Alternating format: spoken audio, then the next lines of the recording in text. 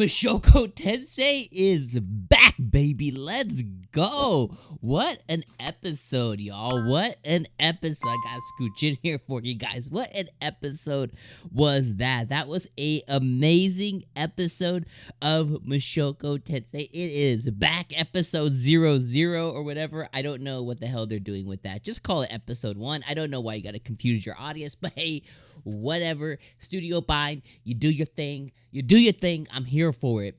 So, amazingly, like right off the bat, I gotta know, what do you think about episode 0001? Let me know what you guys think. Like, I knew going into this that we're gonna get the introduction or like the backstory of what happened to Sylphie. Now, one thing I'm gonna tell you guys up front, because I'm just gonna praise this, and like, I love Mushoku Tensei, one of my favorite anime of all time. It easily got that spot, no problem.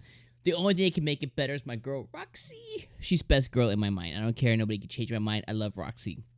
So, the only nitpick I have of this whole entire episode is Sylphie's hair changing color. Now, for those who are more familiar with the source material, whether you've read the manga, light novel, whatever it is, web novel, let me know in the comments below, because the one thing that didn't make sense is she casted water magic, and then she began to, I guess, like, basically drown, essentially, from her own magic, because she did it this way and it forced it back up at her. So my question is did the drowning effect, basically her losing oxygen, cause her hair to change color? Was it her environment falling out of the sky that caused her hair to change color? Or was it some kind of innate, was it some kind of, like, innate defense system that launched within her body because she was falling out the effing sky? Regardless, they didn't really make it quite known to us. All it did was just, like, she was like, and it just changed her hair color. So, like, I just need to know more about that, because that was one of my nitpicks. Is like, even after this, I was like, I still don't know how her hair changed colors, but I saw it happen. All right, so episode 00, 10 out of 10. I think, one of the things that I always say in this community, on this channel, is when an anime, when an episode, when a show can stray away, when an episode or anime can build up its side characters so well and basically have them be as beloved as the main character, and then they can stray away from the main character and give you with like Eris versus the goblins, right? Like the Goblin Slayer Eris, or when they have Roxy, traveling back to her town with Paul's old comrades and stuff, and it just over and over again, it shows us that it can stray away from Rudy, and it can show us these other side characters that we love just as much, learning about Paul, right? Eventually, we're going to see his mom, we got to see a lot of the different side characters, and it does it so well. So this episode was 100% focused on Sylphie, and I was just absorbed in all of this, because I love Sylphie. I love the girls around Rudy, and I was absorbed in all of this. And the thing that really got my rocks hard, and I gotta tell you guys straight up, is like, when it comes to political stuff, I love politics in anime and video games. It is just one of the things that gets me going. One of my favorite games of all time in recent memory is Triangle Strategy. It's all about politics.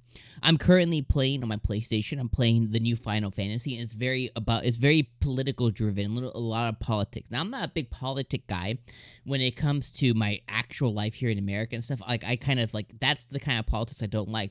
But I do love the fantastical type of politics, when it's like these fantasy lands of kingdoms and wars and old school type of politics. I love that. And in this episode, we got introduced to a character, which is Ariel, Ariel, however you want to say it. I'm gonna leave that, guys. I'm gonna leave it up to you, and just, you can tell me I said it wrong. But I'm gonna call her Ariel, and it might be Ariel. I don't know, but I'm gonna call her Ariel. And she's the second princess of the Asura Kingdom. She's the second princess of the Asura Kingdom. And at the end of the episode, she decides that she's going to go after the throne. Good for her, all this stuff, awesome. In this episode, we got to see that she is the daughter of a queen consort, basically meaning that her dad had one one queen, but then they had queen consorts, essentially his concubines, that have similar political power to the queen. That's kind of how those things work. Again, this is why I'm so interested in it. I love the idea of royal families and stuff. I just think it's always been so cool. So we get to see her, and she has a lot of turmoil with her siblings, which is typically what happens when, the rulers get up in age. They begin to, catfight about who's going to be the next ruler, and it usually involves murder and assassinations and killings and all kinds of other stuff, which this one definitely did. This one also had the fat piece of shit that was trying to get Eris to marry him, which was that big fat dude. I forget what his name is exactly, but he basically sent a assassin to go and kill this Ario girl, which thankfully Sylphie was able to save her. I know I'm jumping up all over the place, but essentially, I love this whole thing. So this episode followed Sylphie. She fell out the sky. She was transported to the sky as opposed to anywhere else. We also found out that the Great Disaster, the thing that occurred, not only did it destroy Fitoa, which we already knew that, but it also, one of the things I forgot is all the monsters in that region. It also beamed them everywhere too, which is what we got to see here, which is, a big ass boar, Hulk Hogan boar monster. I should say The Rock. Maybe that's more, for the young kids. A rock boar monster started attacking and killed one of Ariel's guards who were very close to her, but because Sylphie was falling out the sky, she fell perfectly on it and did some Hadouken wind magic on this boar and just destroyed its head because of the pressure of her falling and then, just everything, saving Ariel. And because that happened, she made her one of her royal guards. That's why she gave her the stupid ass glasses, which I still don't understand the reason for the glasses. She was like, You're my guard now, honey. Put these glasses on and nobody will see you. Here's the glasses. And she's like, nobody can see me. I'm Silent Fitz. And I was like, I don't know what the point of the glasses are. Those stupid ass glasses. They make her look so dumb and so stupid. And unless they have some kind of magical attribute, which maybe they do, tell me in the comments, they just look dumb. But regardless, she gives her a new name, and she's now known as a Silent Fitz, and she is her guard. We learn that, Sylphie's magic is still pretty powerful, which is awesome for her, which she definitely needs to be a good guard.